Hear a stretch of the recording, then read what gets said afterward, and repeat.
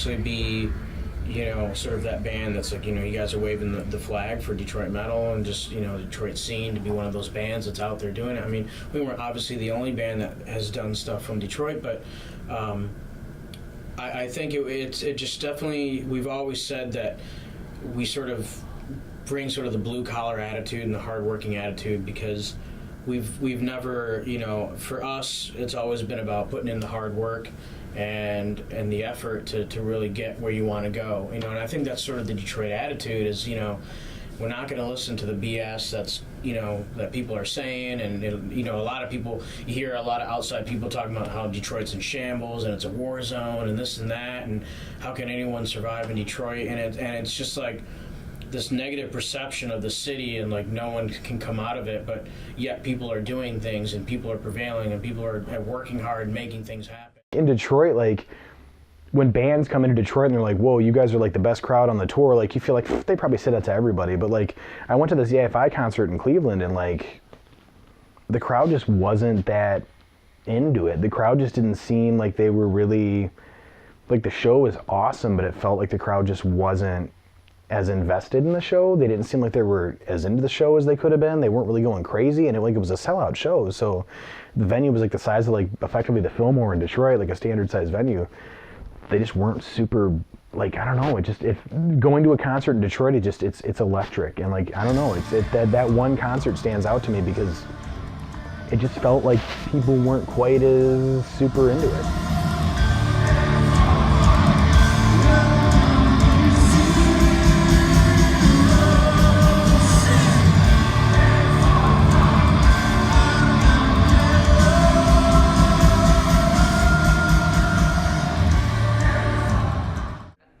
It's an artistic city. You know, it's the home of Motown, and there's a lot of great art and artists that come out of Detroit. And I think that's something overlooked, you know, with negative news and negative coverage of the city itself. Ranked as one of the most dangerous cities. These people don't go to Midtown. You know, they don't go to Corktown. These areas that are alive with youth and with music and art, and how that is truly one of the big talking points of the city if you know the city. And I think bringing it back to Detroit and exposing the world to, there's good that comes from here, you know, through music, through other applied arts. It's a big message that can make people see the city in a completely different light, one that hasn't been seen in decades.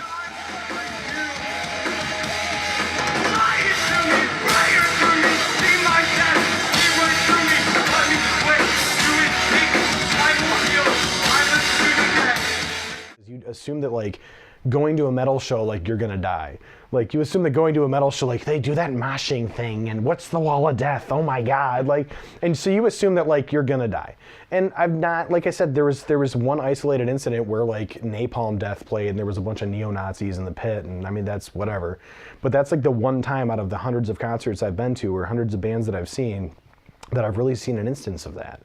It's you know, I've gotten knocked on my ass in the pit, and there's always somebody there reaching down to grab and help you up, and like, you might not even realize who the person is because it just happens so fluid. Like, somebody falls down, you reach down, you pick them up. I mean, and it's I don't know, it's weird. It just seems like the metal concerts that I've been to have had probably some of the best crowds that I've ever gone to concerts with. Like, it's amazing.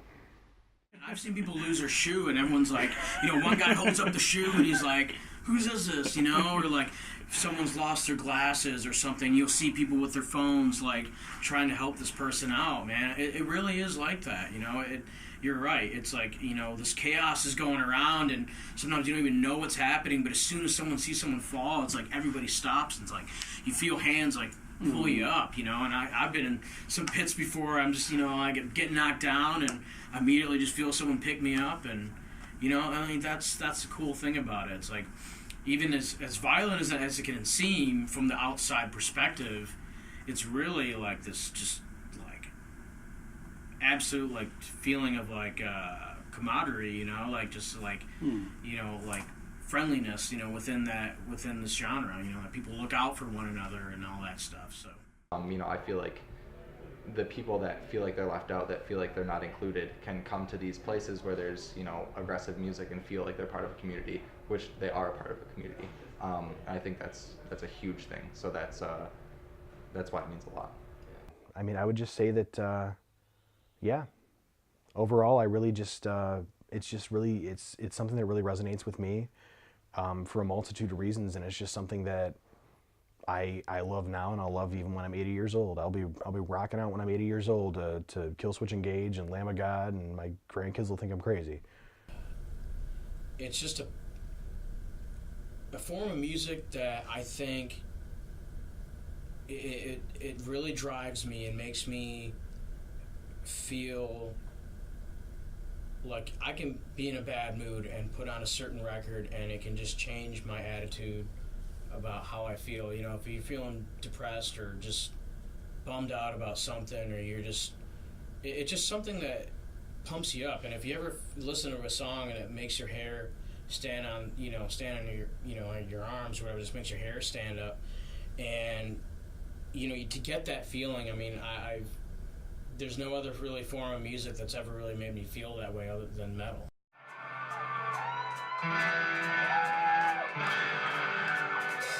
Thank you all again for watching us.